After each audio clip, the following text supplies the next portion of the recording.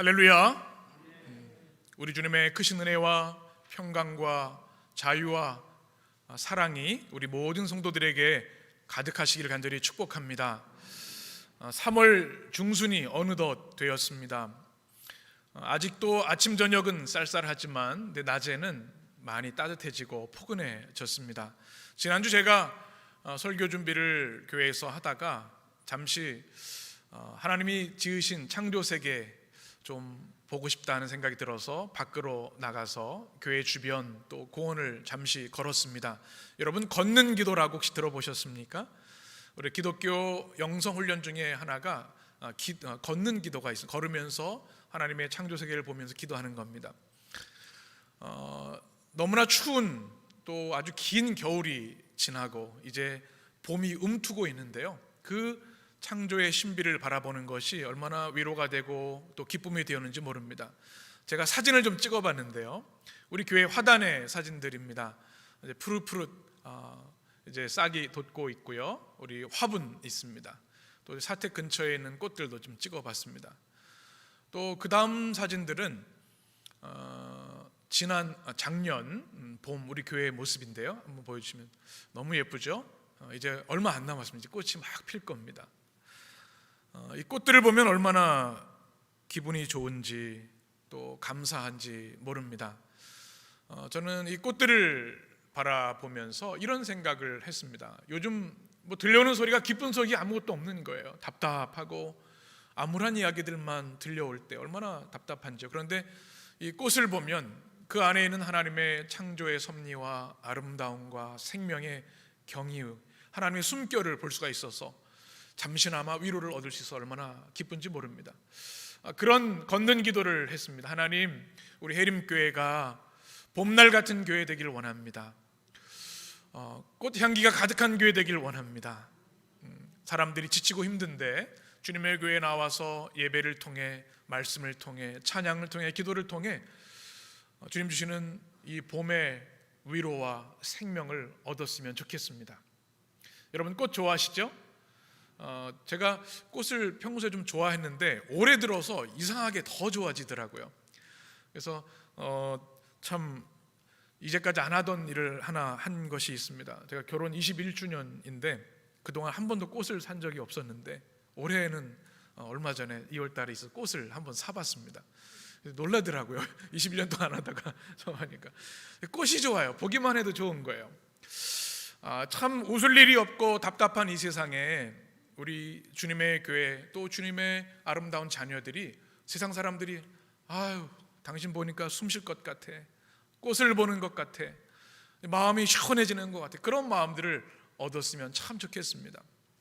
여러분, 이 시대에 주님의 꽃, 또 많은 이들의 기쁨과 또 위로를 주는 꽃과 같은 성도들이 되시기를 축복합니다. 꽃 중에 꽃은 무엇일까요? 바로 우리 주님 예수 그리스도이신 줄 믿습니다. 우리가 함께 찬양을 했죠? 무슨 꽃이에요? 샤론의 꽃 예수.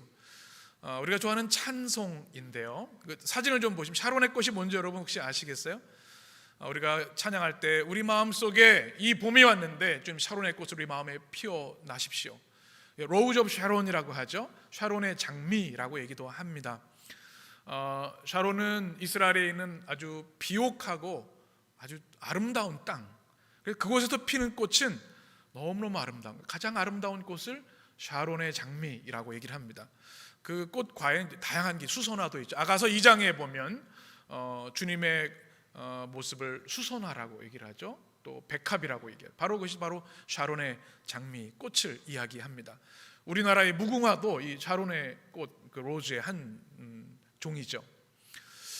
우리 주님은 이 아름다운 꽃으로 우리 온 인류의 영혼을 매혹하시고 이 혼탁하고 어두운 세상 가운데 생명의 꽃, 사랑의 꽃 주님을 만나게 되면 그 주님을 닮아가고 더 가까이 가고자 합니다.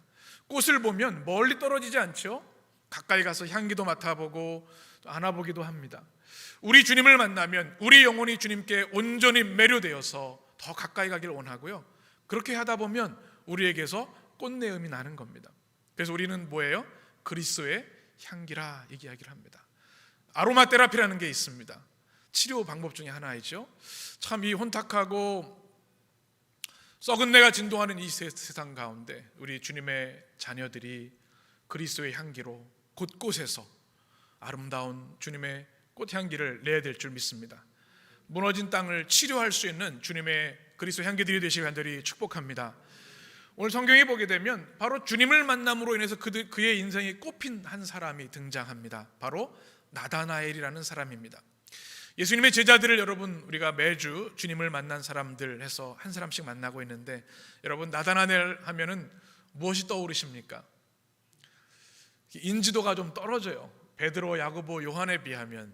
나다나엘 들어보긴 한 것 같은데, 다른 복음서 마태, 마가, 누가에는 바돌로메라고 소개되어 있고요, 요한복음에는 나다나엘이라고 소개되어 있습니다.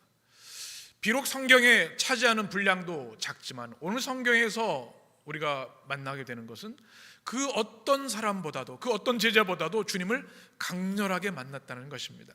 오늘 말씀을 통해서 주님, 제 인생에도 나다나엘처럼 주님을 강렬하게 다시 한번 만나서 내 삶에 샤론의 꽃 장미 피게 하여 주옵소서. 여러분의 기도와 응답이 되셨으면 좋겠습니다. 3월이 되면 우리 자녀들을 둔 우리 부모님들은 많이 기도하는 기도 제목들이 있어요. 여러분 자녀들이 무엇을 기도하십니까? 만남의 축복을 주십시오. 가장 많이 기도하시게. 특별히 어린 자녀들, 학교에 다니는 자녀들은 이제 3월이 되면서 새학년 또 새학기가 됐죠. 좋은 친구들 만나게 해주세요. 기도하는 것이 가장 중요한 기도 중에 하나입니다. 친구가 너무나 중요하기 때문에 그래요. 부모의 영향보다는 우리 자녀들에게는 친구의 영향이 큽니다. 특별히 우리 성인들에게도 마찬가지입니다. 우리 인생에도 우리가 어떤 친구와 가까이 하느냐에 따라서 방향이 달라지고 삶의 모습이 달라지죠. 여러분 좋은 친구들을 만나시기를 축복합니다. 잘 분별하셔야겠죠.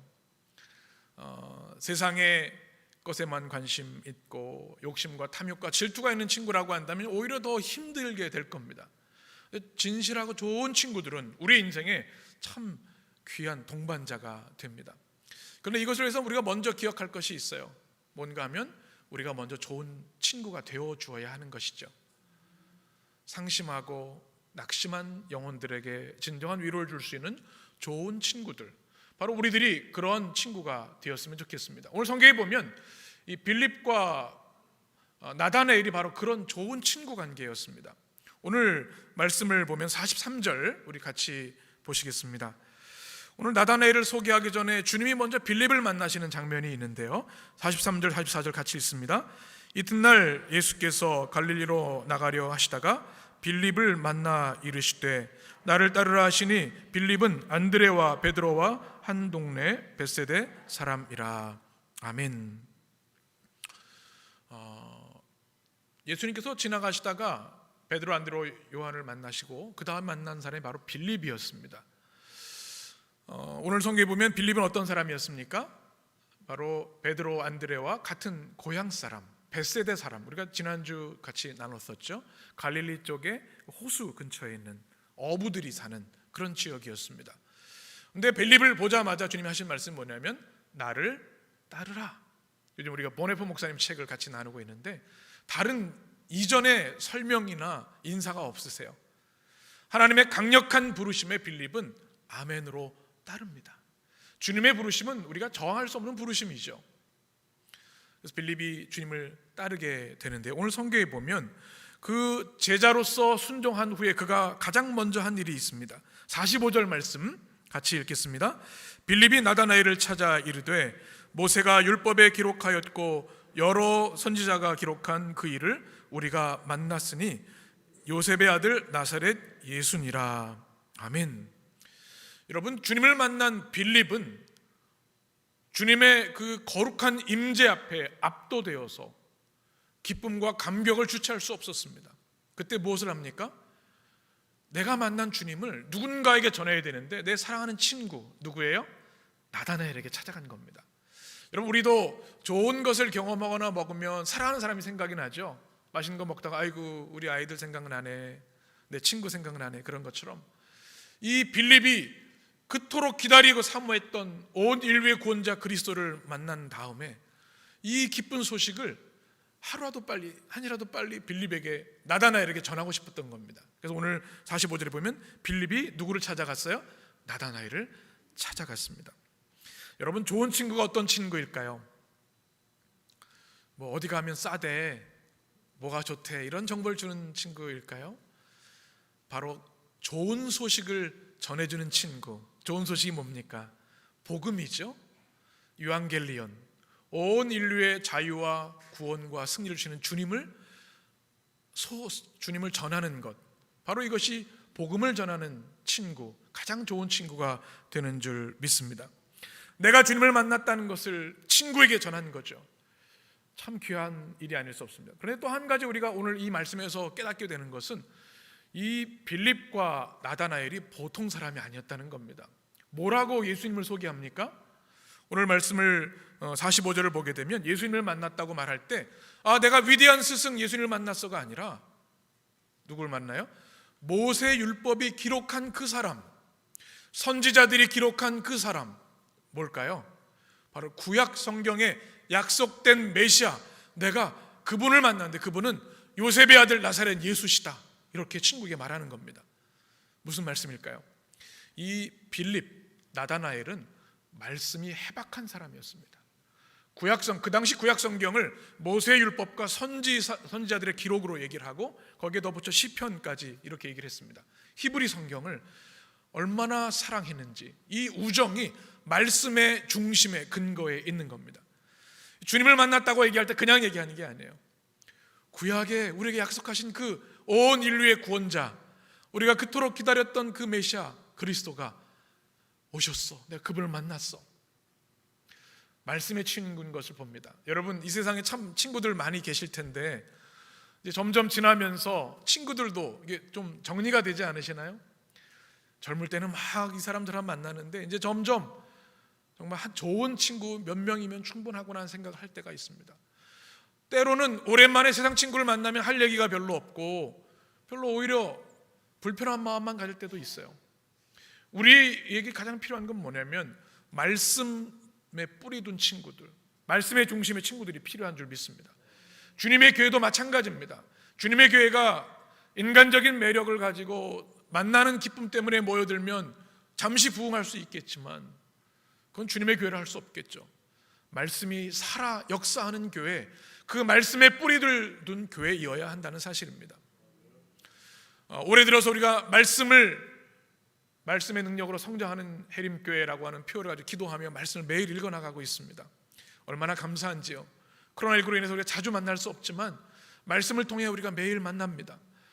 우리 사진을 보시면 우리 맥체인 365 우리 통독을 하고 있는데 58명이 매일 말씀을 묵상합니다. 또 우리 성도님들 아직 안 들어오신 분들이 있으면 오늘 꼭 좀 들어오셨으면 좋겠어요. 읽는 것 부담 가질 필요 없어요. 만약에 못 올려셔도 괜찮아요. 다른 성도님들이 올리신 말씀 그것만 보셔도 큰 은혜가 됩니다. 구약부터 신약까지 전체를 읽어나갈 때 하나님 말씀이 얼마나 강력하고 아름다운지를 우리는 매료하며 매일 말씀 부흥회를 하고 있습니다. 말씀의 친구들이 된 거죠. 그럴 때 이 어려운 시대에도 흔들림이 없고 말씀 안에 뿌리 내리게 되는 줄 믿습니다. 바로 빌립과 나다나엘은 이 세상적인 우정이 아니라 믿음과 말씀 안에서의 우정이었습니다. 46절에 보면 이렇게 빌립이 이야기를 합니다.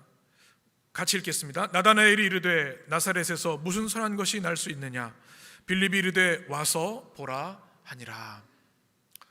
얼마나 강력한지, 와서 나랑 같이 가서 주님 만나보자 하는 거죠. 그것이 교회의 사명입니다. 우리 교회의 사명, 선교의 사명을 이렇게 표현합니다. 제자 삼는 제자. 우리 자막을 보시면 disciple making disciple이라고 하죠. 우리 교회 성도들이 해야 할 가장 강력한, 우리가 먼저 주님의 제자가 되는데 그것으로 끝나면 안 된다는 겁니다. 빌립처럼 와서 그분을 만나자, 제자 삼는 게 중요한 거죠. 이 아름다운 친구 관계가 빌립과 나다나엘의 운명을 바꿉니다.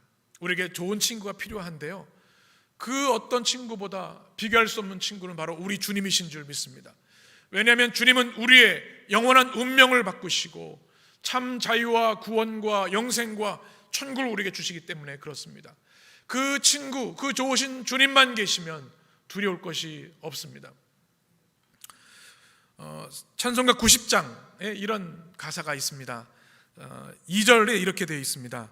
내 친구 되신 예수님 날 구원하시려고 그 귀한 몸을 버리사 내 죄를 대속했네. 나 주님을 늘 믿으며 그 손을 의지하고 내 몸과 마음을 바쳐서 끝까지 충성하리. 우리 3절 같이 내 진실하신 친구여 큰 은혜 내려주사 날 항상 보호하시고 내 방패 되옵소서. 그 풍성한 참 사랑을 네 눈이 끊을 소냐. 날 구원하신 예수는 참 좋은 나의 친구. 아멘. 여러분, 우리 주님이 전능하신 하나님이 온 우주 만물을 창조하신 그 하나님이 우리를 위해 이 땅에 인간의 몸을 입고 오신 우리 하나님이 우리를 위해 모든 죄를 사하시기 위해 십자가에 달려 죽으신 그 하나님이 우리의 친구이신 줄 믿습니다. 부활 승천하셔서 사망 권세를 정복하신 그 주님이 우리의 손을 잡고 계신 우리 좋으신 주님, 우리 예수 그리스도이신 줄 믿습니다. 그 주님이 우리와 함께 계시니 이 어려울 때 그 주님을 의지하여 담대히 승리하게 되시길 간절히 축원합니다. 오늘 말씀을 묵상하면서 이 친구의 중요성을 우리가 깨닫게 되는데 또 한 가지 중요한 사실이 있습니다. 나다나엘이 처음부터 예수님을 주님으로 영접하거나 고백하지 않았다는 사실입니다. 46절을 보면 이렇게 말씀합니다. 나다나엘이 이르되 나사렛에서 무슨 선한 것이 날 수 있느냐. 이런 얘기입니다. 나사렛에서 이 시골 작은 동네에서 무슨 온 인류의 메시아가 나신단 말이야. 내가 너를 사랑하고 좋아하지만 네 말을 믿지만 그럴 일 없을 거야. 메시지 성경이 이렇게 말합니다. 나사렛에서 오셨다고 농담하지 마세요. 이렇게 번역을 했어요. 나다나엘이 이렇게 고백한 겁니다. 참 솔직하죠? 이게 무슨 의미일까요? 나사렛 요셉의 아들 나사렛 예수를 내가 만났다고 얘기를 했더니 어떻게 그리스도가 나사렛에서 나셔? 이렇게. 나사렛 여러분 우리가 지난 강림절에도 같이 나눴죠. 나사렛에는 여러분 지도를 한번 보시면 갈릴리 지역에 또 아주 작은 마을입니다. 이스라엘의 북쪽에 갈릴리가 있는데 지난 시간에도 나눴지만 로마의 속국 도시들에 둘러싸여 있어서 아주 로마의 탄압이 심한, 그리고 가난하고 힘들고 어려운 그런 마을이었습니다. 그 갈릴리 지역에서도 가장 낙후된 곳이 바로 나사렛입니다. 예루살렘이라면 내가 좀 이해를 하겠는데 무슨 나사렛에서 그리스도가 나신단 말이야. 지금 나다나엘이 이렇게 이야기하고 있는 겁니다. 여기서 깨닫는 것이 있어요. 나다나엘이 참 귀한 믿음의 사람임은 분명한데 그가 가지고 있는 고착화된 생각, 편견이 주님께 나가는 것을 막고 있구나 하는 생각을 오늘 말씀 통해서 우리가 생각하게 됩니다. 우리가 잊지 말아야 할 것이 있습니다. 내가 가지고 있는 생각, 경험, 확신이 때로는 잘못될 수 있다는 사실을 우리는 겸손하게 인정해야 한다는 사실입니다. 우리는 눈에 보이는 것만 볼 수 있습니다.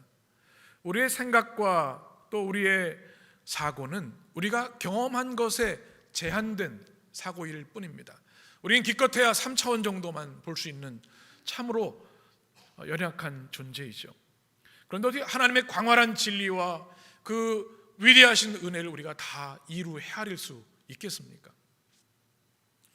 편견의 위험성을 우리는 잘 알고 있습니다. 인종적 편견이 얼마나 무섭습니까? 또 사회적인 편견들도 있고요. 때로 우리 주변의 사람들을 보면 나는 논리적인 사람이야, 나는 현 시대 사람이야, 나는 합리주의자야. 그래서 주님을 만나지 못하는 안타까움들을 봅니다. 이거는 인식의 오류이겠죠. 내가 가진 것이 절대로 옳다고 하는 생각 때문에 참 하나님이시고 우리를 구원하시는 놀라우신 아바 아버지 하나님을 영접하지 못한다면 그보다 안타까운 일이 어디 있습니까? 불가지론자, 무신론자들이 그렇습니다. 바로 바리새인과 서기관들이 그랬습니다. 그들이 말씀을 연구했지만 주님이 그들 앞에 있었음에도 불구하고 그들이 가지고 있는 편견 때문에 주님을 만나지 못했습니다. 사도 바울은 어떻습니까? 다메섹에서 부활하신 주를 만나기 전까지는 예수님을 핍박하는 자가 되었습니다. 그가 믿는 것이 전부 옳다고 믿었던 어리석음에 있었지요. 나다나엘이 지금 그러고 있는 겁니다. 주님을 만났다고 하면 당장 달려가서 엎드려 경배하는 것이 옳을 터인데 나사렛에서 그리스도가 나신다고? 말도 안 됩니다. 이렇게 얘기하고 있는 거죠. 혹시 우리는 어떠한가? 하나님은 우리의 생각과 지식을 뛰어넘어 역사하시는 광대하신 진리의 주님이심을 우리는 기억해야 하겠습니다. 나사렛을 그 당시 사람들은 무시했어요. 요즘도 도시 브랜드 가치가 있다고 하지 않습니까? 어느 도시 나사렛은 정말 사람들이 가기 싫어하고 멸시하는 대상의 도시였습니다. 그런데 인간의 생각이라는 겁니다. 하나님은 나사렛을 구원과 진리의 중심지로 삼으셨습니다. 세상 사람들은 손가락질하고 병들고 아프고 사회에서 참 안타까운 이들이 모여있는 마을이라고 생각할지 모르지만 주님은 그 나사렛을 가장 거룩하고 구원의 중심지로 삼으셨다는 사실입니다. 하나님은 낮은 자의 하나님이십니다. 주님은 언제나 병든 자, 버림받은 자, 고아와 나그네들을 돌보시는 하나님이십니다. 그들을 무시하는 자들을 주님은 용납하지 않으십니다. 하나님은 작은 것, 미천한 것들을 통해서 위대한 역사를 이루신 하나님이라는 사실을 우리는 한순간도 잊지 말아야 합니다. 고린도전서 1장 25절에서 이렇게 말씀합니다. 우리 25절만 같이 읽습니다. 하나님의 어리석음이 사람보다 지혜롭고 하나님의 약하심이 사람보다 강하니라. 여러분 아멘이시죠? 27절에 이렇게 말씀합니다. 그러나 하나님께서 세상에 미련한 것들을 택하사 지혜 있는 자들을 부끄럽게 하려 하시고 세상에 약한 것들을 택하사 강한 것들을 부끄럽게 하려 하시며. 아멘. 나사렛 사람들이 무시하고 멸시하는 것이었지만 주님은 구원의 이름으로 사용하셨습니다. 그래서 우리 예수님을 얘기할 때 뭐라 그래요? 나사렛 예수 그리스도. 나사렛은 네체르, 새싹, 줄기란 뜻입니다. 비록 희망이 없는 사람들 같은 그 마을이지만 그곳에 생명의 줄기가 피어나서 꽃을 피고 열매 맺어 온 인류를 구원하는 그리스도를 이야기하는 것. 이새의 줄기에 나신 네체르, 나사렛입니다. 사순절에 우리는 이런 기도를 해야 하겠습니다. 하나님, 우리의 어리석음을 주님 씻어 주시옵소서. 우리의 편견을 주님 고쳐 주시옵소서. 우리의 생각과 경험 때문에 하나님의 위대하심을 우리가 느끼고 체험하고 그 앞으로 나가지 못한다면 주님 우리의 어리석음을 정결케 하여 주옵소서. 영의 눈을 열어 주시옵소서. 좋은 친구 빌립은 나사렛에서 예수님이 나신다고 믿을 수 없어 하는 나다나엘에게 와서 봐 이렇게 얘기하고 있습니다. 이게 전도이죠. 우리 주변에도 믿음을 갖고 싶지만 믿음을 얻지 못해 안타까워하는 이들이 있죠. 우리 중보기도 하는 가족들도 있고 또 있습니다. 여러분 그분들을 위해 기도하시기 바랍니다. 어떻게 기도해야 될까요? 주님 그들에게 믿음을 주시옵소서. 여러분 믿음도 하나님의 전적인 선물입니다. 우리가 믿고 싶다고 해서 믿는 것이 아닙니다. 가장 귀하고 보배로운 선물은 하나님을 믿고 의지하는 믿음인 것이죠. 오늘 말씀을 통해서 나다나엘의 말씀을 보면서 주님 저에게 믿음을 주옵소서. 영의 눈을 활짝 열어 주시옵소서. 여러분의 기도와 응답이 되시길 간절히 축원합니다. 이제 47절로 이어집니다. 오늘 말씀의 가장 하이라이트가 되는 말씀인데요, 같이 읽겠습니다. 예수께서 나다나엘이 자기에게 오는 것을 보시고 그를 가리켜 이르시되 그 속에 간사한 것이 없도다. 아멘. 무슨 말씀입니까? 참 강렬하죠. 예수님께서 나다나엘이 그에게 오는 것을 보셨습니다. 빌립의 손에 이끌려 왔겠죠. 아직 이름을 서로 소개하거나 통성명한 것도 아니에요. 그런데 나다나엘을 보자마자 뭐라고 말씀하세요? 47절에 보면 보라 이는 참 이스라엘 사람이다. 놀라운 칭찬을 쏟아내고 계십니다. 대화를 한번 해보신 것도 아니에요. 그의 뒷조사를 하신 것도 아니에요. 오늘 말씀에서 우리가 깨닫게 되는 것이 있습니다. 주님은 전지하신 하나님이라는 사실입니다. 전지전능하신 하나님, 모든 걸 아시는 거죠. 뿐만 아니라 그 모든 것을 꿰뚫어 보십니다. 그래서 나다나엘이 어떤 사람인지 밝히 아셨습니다. 우린 때로 하나님께 나아갈 때 숨기려 할 때가 있어요. 소용없는 일입니다. 숨길 수도 없고 숨겨야 주님은 다 알고 계세요. 어떻게 해야 돼요? 자수하는 게 제일 좋습니다. 저를 아시지요? 주님 용서해 주세요. 불쌍히 여겨 주세요. 그래야지 숨기다가 오히려 주님께 매를 맞습니다. 주님이 나다나엘을 꿰뚫어 보시면서 두 가지 칭찬을 하십니다. 하나는 이는 참 이스라엘 사람이라.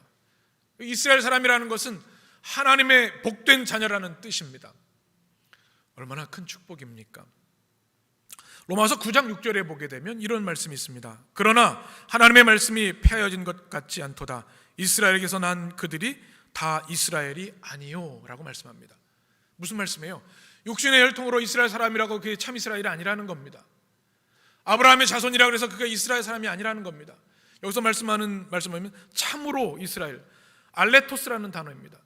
가짜 이스라엘 사람들이 있다는 겁니다. 바리새인과 서기관들이 그러했습니다. 그들이 하나님을 잘한다고 입으로는 큰 소리를 쳤지만 위선과 교만에 가득하 있었습니다. 그들은 가짜다. 아브라함의 혈통이 있다 할지라도 이스라엘 사람이라 할 수 없다. 그런데 나다나엘은 어때요? 그는 진짜다. 여러분, 주님 앞에 무엇으로 칭찬받기를 원하세요? 저 이 정도 재산이 있고 능력이 있어요, 이 정도 지식이 있어요가 아니라 너 진짜구나. 주님께 그렇게 인정받는 여러분 되셨으면 좋겠습니다. 그 이유가 뭐냐면 오늘 말씀 보면 그에게 뭐가 없다고요? 간사함이 없도다. 헬라어로 간사함이라는 것이 돌로스라는 단어입니다. 돌로스, 미끼, 올무, 속임, 간교함, 거짓을 말하는데 우리 안에서 나와서 우리를 더럽히는 것, 이것을 간사함이라고 얘기하고요. 성경에 보면 이것은 사단의 속성입니다. 그런데 주님이 나다나엘을 보시는데 그를 꿰뚫어 보실 때 간사함이 없구나, 깨끗하구나. 얼마나 큰 축복입니까? 이 시대를 보면서 이런 생각을 합니다. 인간적인 방법과 수단으로 더 많은 돈을 빨리 벌기를 원하고 또 불법이라도 뭔가를 더 많이 취하려고 하는 이 시대를 보면서 참으로 안타깝습니다. 주님은 그것을 기뻐하지 않으시고 심판하실 겁니다. 우리는 부족하고 가진 것이 적다 할지라도 진실하고 깨끗하게 살아가야 할 줄 믿습니다. 이 시대의 하나님의 백성들, 내가 참 이스라엘이구나, 주님께 인정받는 자들은 진실하고 깨끗한 사람이기 때문에 그렇습니다. 로마서 2장 28절에 보면 사도 바울이 표면적 유대인과 이면적 유대인에 대해서 말씀을 하는데요, 세번역 성경 번역을 같이 보겠습니다. 28절에 보면 겉모양으로 유대 사람이라 해서 유대 사람이 아니요, 겉모양으로 살갗이 할례를 받았다고 해서 할례가 아닙니다. 오히려 속사람으로 유대 사람이 민 이가 유대 사람이며 율법의 조문을 따라서 받는 할례가 아니라 성령으로 마음의 할례 받은 할례가 참 할례입니다. 이런 사람은 사람에게서가 아니라 누구에게서? 하나님에게서 칭찬을 받습니다. 참 이스라엘이 어떤 사람이에요? 속사람이 깨끗한 사람, 사람의 칭찬받는 사람이 아니라 하나님께 칭찬받는 사람. 나다나엘처럼 여러분도 주님께 참 이스라엘이라, 내 속에 간사한 것이 없도다, 주님의 칭찬받는 여러분 되시기를 축복합니다. 48절의 말씀에서 나다나엘은 이렇게 반응을 합니다. 같이 읽습니다. 나다나엘이 이르되 어떻게 나를 아시나이까? 예수께서 대답하여 이르시되 내가 무화과 나무 아래에 있을 때 너를 보았노라. 아멘. 빌립이 깜짝 놀란 거죠. 저에 대해서 뭘 아십니까? 만난 적도 없고 아무 정보도 없으실 텐데요, 이런 감당을 하면 칭찬을 하시다니요. 그랬더니 주님께서 하시는 말씀이 빌립이 너를 데려오기 전에 내가 너를 무화과 나무 아래에서 보았다 말씀합니다. 그때 하나님의 말씀에 압도되어서 그는 이렇게 고백을 합니다. 49절 말씀 같이 읽습니다. 나다나엘이 이르되 대답하되 랍비여 당신은 하나님의 아들이시오 당신은 이스라엘의 임금이로소이다. 아멘. 하나님의 아들이십니다. 이것은 구약에 약속된 그리스도이십니다라는 고백이죠. 바로 우리가 기다리던 우리의 구원자이십니다. 이스라엘의 임금이라고 하는 것은 가장 높은 통치자, 만왕의 왕이십니다라는 고백입니다. 참으로 아름다운 신앙 고백이 아닐 수 없어요. 여러분, 이 나다나엘의 고백이 우리의 입술 가운데도 있게 되기를 원합니다. 고백이 중요합니다. 여러분, 사랑하는 사람에게 어떻게 해야 돼요? 고백해야죠. 가만히 그냥 마음으로만 있다가 나중에 후회하는 일이 있어요. 우리의 신앙도 신앙 고백이 참 중요합니다. 믿음의 고백이 있어야 합니다. 주님을 만났을 때 그 기쁨과 평안함과 자유함과 은혜를 우리가 경험하면 입술로 고백하며 사람들에게 증언하고 선포해야 합니다. 여러분, 우리 해림교회가 간증이 많은 교회 되길 원합니다. 내가 이렇게 어렵고 고통스러운 하나님께서 이렇게 역사해 주셨어. 주님 나를 고쳐주셨어. 이 어려운 때도 믿음으로 이기게 해 주셨어. 이 고난받는 중에도 그리스도의 남은 고난을 채우는 바울의 은혜를 체험하게 하셨어. 이런 고백들이 가득해야 합니다. 찬양, 그것이 찬양이 되고 예배가 되는 것이죠. 사랑하면 고백하게 됩니다. 이 사순절기에 우리 주님을 더 깊이 뜨겁게 만나심으로 주님을 향한 깊은 고백들이, 사랑의 고백들이, 믿음의 고백들이 많아지시를 간절히 축복합니다. 우리가 고백하고 선포할 때 그곳에 하나님의 나라가 임하기 때문입니다. 주님이 만왕의 왕이십니다. 우리의 구원자이시고 사랑의 아버지이십니다. 약한 자들의 위로자이십니다. 여러분, 가정에서, 일터에서, 여러분 개인 기도 시간에 고백하고 선포하십시오. 그곳에 하나님의 통치가 임하고 하나님의 나라가 임하게 되기 때문입니다.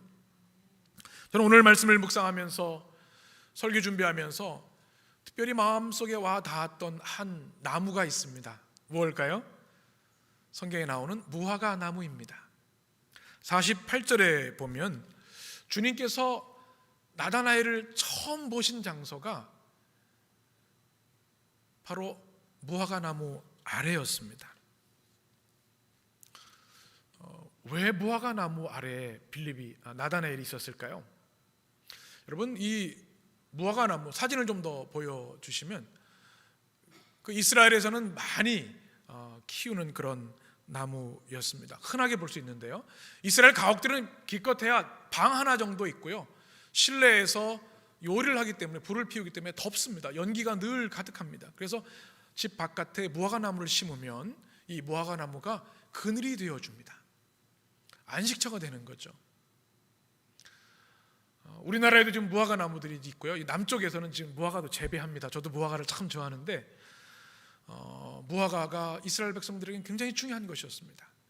특별히 그것은 나만의 공간, 쉴 수 있는 공간, 위로와 안식의, 쉼과 안식의 자리가 바로 무화과 나무 아래였습니다. 저는 오늘 말씀 묵상하면서 그런 기도가 생겼습니다. 하나님, 우리 해림교회가, 우리 믿음의 성도들의 가정이 무화과 나무 아래 은혜가 있었으면 좋겠습니다. 세상에서 힘들고 전쟁 같은 세상에서 낙심하고 고통받을 때 무화과 나무 아래 와서 쉼과 회복을 누릴 수 있다는 것, 얼마나 큰 축복입니까? 그런데 무화과 나무에 또 하나 중요한 것이 있습니다. 주님을 만나는 곳입니다. 경건한 유대인들은 무화과 나무 아래에서 성경을 읽었습니다. 바로 빌립과 나다나엘도 아마 그러했을 겁니다. 그렇기 때문에 모세의 율법과 선지자의 말씀들을 잘 능통할 수 있었던 것이죠. 여러분의 삶에 이 무화과 나무가 회복되었으면 좋겠습니다. 주님과 만나는 그 아름다운 시간, 장소, 기도하고 예배하는 그 은혜가 여러분 가운데 있게 되길 바랍니다. 이제 주님은 그를 이렇게 축복하시면서 말씀을 맺습니다. 50절 51절 같이 읽습니다. 예수께서 대답하여 이르시되 내가 너를 무화과 나무 아래에서 보았다 함으로 믿느냐? 이보다 더 큰 일을 보리라. 또 이르시되 진실로 진실로 너희에게 이르노니 하늘이 열리고 하나님의 사자들이 인자 위에 오르락 내리락 하는 것을 보리라 하시니라. 아멘. 얼마나 큰 축복이에요. 나다나엘의 믿음을 인하여 축복하신 말씀이고, 바로 오늘 하나님을 경외하고 사랑하고 믿고 따르는 우리를 향한 주님의 축복의 말씀인 줄 믿습니다. 한번 따라해 보실까요? 같이 따라하겠습니다. 더 큰 일을 보리라. 네. 주님이 그를 무화과 나무 아래에 있는 것을 미리 보시고 그의 모든 걸 꿰뚫어 하시는, 그것과 비교할 수 없는 더 큰 위대한 역사, 주님의 십자가와 부활의 승리를 그가 보게 될 것이다 말씀하는 것이죠. 우리 하나님께서 여러분의 삶에도 내가 너에게 더 큰 일을 보이리라, 그 말씀의 역사, 말씀의 승리가 있게 되시길 간절히 축원합니다. 두 번째 축복은 뭐예요? 너희가 하늘이 열리는 것을 보리라 말씀하고 있습니다. 이것은 야곱의 꿈이죠. 베델이죠. 그가 돌베개 베고 잤을 때 주님이 하늘문을 여시고 천군 천사가 오락내리가는 것을 보게 하셨습니다. 야곱의 사다리, 하늘이 열리고 이제는 땅이 아니라 하나님이 주신 은혜와 권능으로 살아가게 되는 축복을 말씀하고 있습니다. 내가 하늘이 열리는 것을 보리라. 여러분 개인과 가정, 우리 교회가 이 어려운 시대에 하늘이 열리는 하나님의 축복, 하늘문을 여시고 주시는 하나님의 임재와 권능이 임하게 되시길 간절히 축원합니다. 사순절을 지나고 있습니다. 여러분 어떤 기도로 주님께 나아가고 있습니까? 하나님, 오늘 나다나엘을 만나 주셨는데 이 한 주간, 이 고난 주간, 이 사순절 우리를 동일하게 만나 주시옵소서. 주님, 참 좋으신 주님을 만남으로 인해서 나다나엘처럼 주님께 칭찬받고 주님 주시는 축복, 너에게 더 큰 일이, 더 큰 위대한 역사가 있을 것이다. 하늘이 열릴 것이다. 이 위대한 축복이 여러분의 삶에 함께 하시길 간절히 축원합니다. 기도하겠습니다.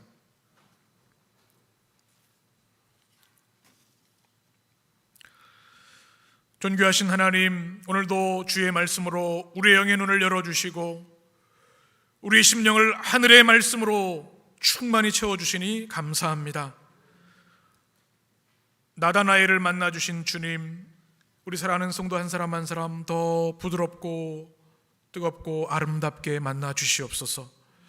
그래서 믿음의 눈이 열려지게 하여 주시고 주님을 향해 믿음의 고백으로 나아가게 하여 주옵소서.